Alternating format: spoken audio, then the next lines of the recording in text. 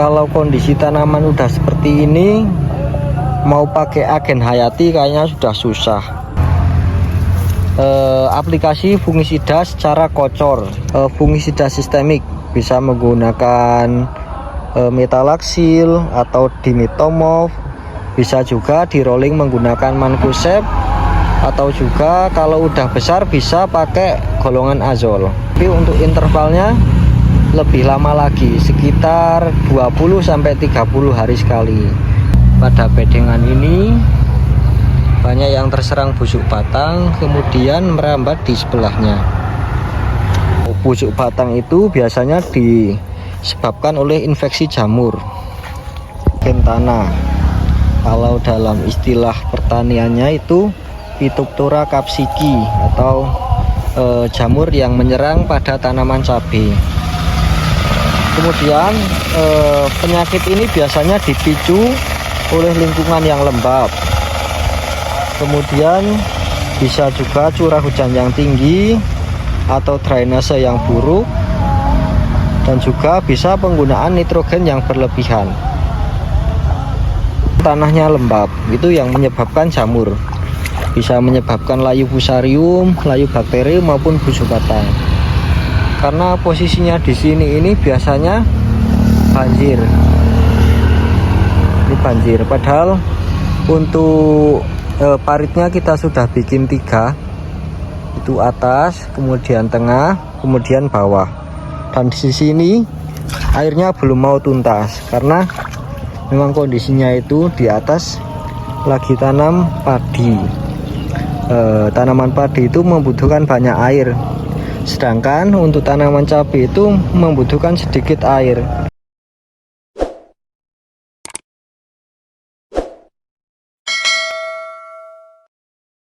Assalamualaikum warahmatullahi wabarakatuh. Selamat sore bolo-bolo Tani Argomulyo.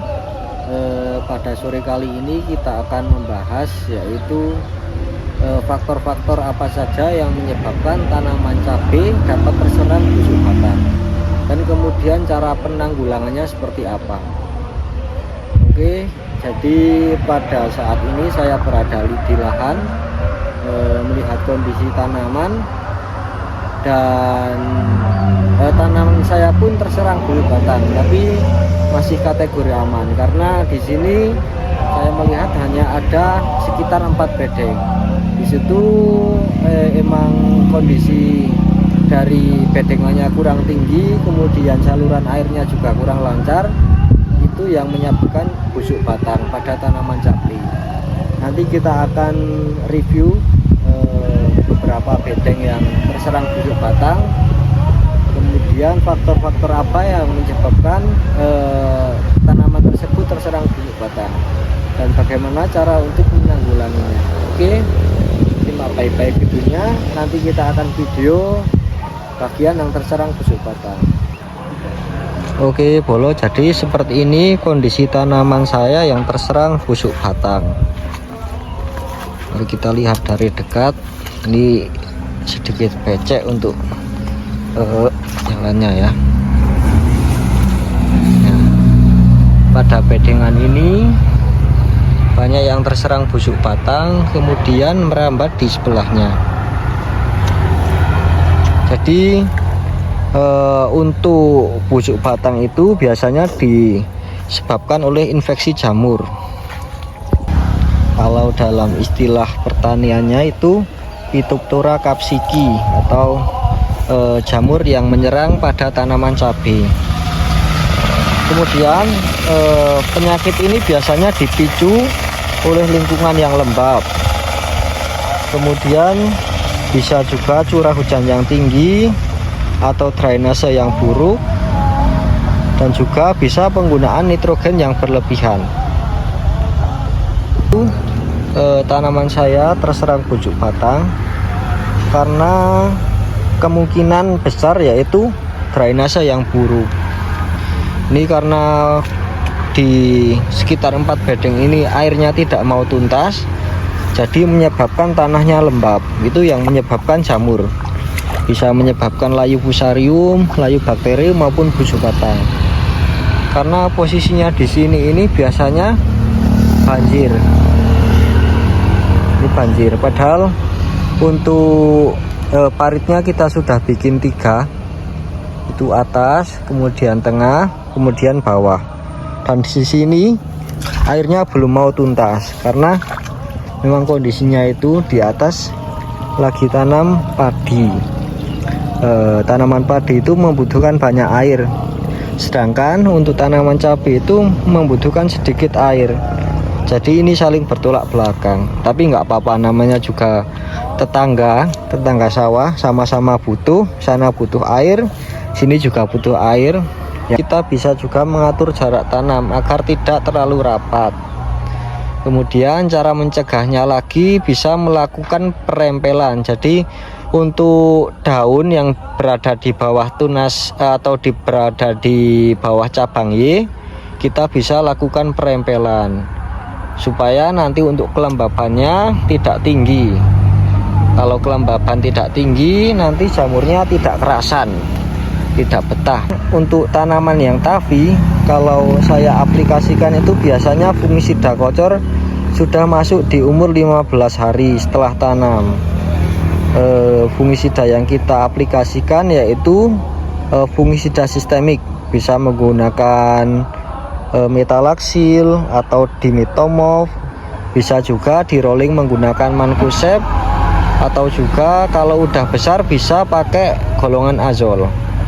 Ini supaya nanti tanaman itu batangnya kuat atau batangnya ngayu. Ketika batangnya ngayu, tidak over nitrogen, nanti ketahanan terhadap virus atau terhadap jamur itu bisa lebih tahan dibandingkan dengan tanaman yang terlalu subur tapi daunnya itu daun hijau muda, tidak hijau membiru. Itu biasanya over di gibberellin acidnya atau tidak di GA3 nya atau auxinnya ya. Kemudian untuk tanaman toleran virus atau yang masih bule, kita biasanya juga aplikasi kocor, tapi untuk intervalnya lebih lama lagi, sekitar 20-30 hari sekali. Kalau untuk yang tanaman sudah tavi, kita aplikasinya di 7-10 hari. Setiap 10 hari sekali kita lakukan pengocoran untuk fungisida, kontak, dan sistemiknya. Kalau kondisi tanaman udah seperti ini, mau pakai agen hayati kayaknya sudah susah. Kalau ini harusnya untuk, nah ini drainasenya diperbaiki, kemudian aplikasi fungisida secara kocor.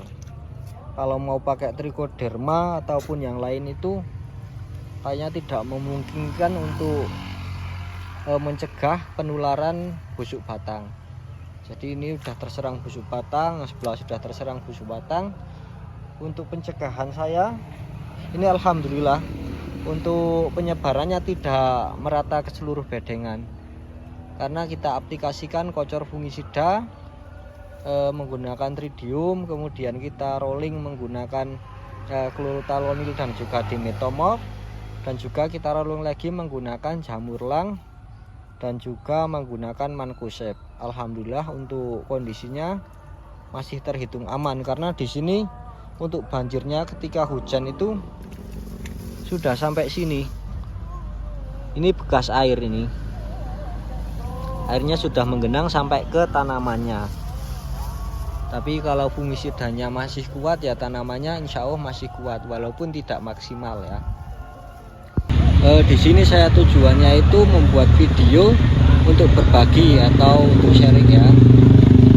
Ketika ada kendala kita publikasikan, ketika nanti tanaman terserang busuk batang atau buah antraknosa kita tetap dokumentasikan.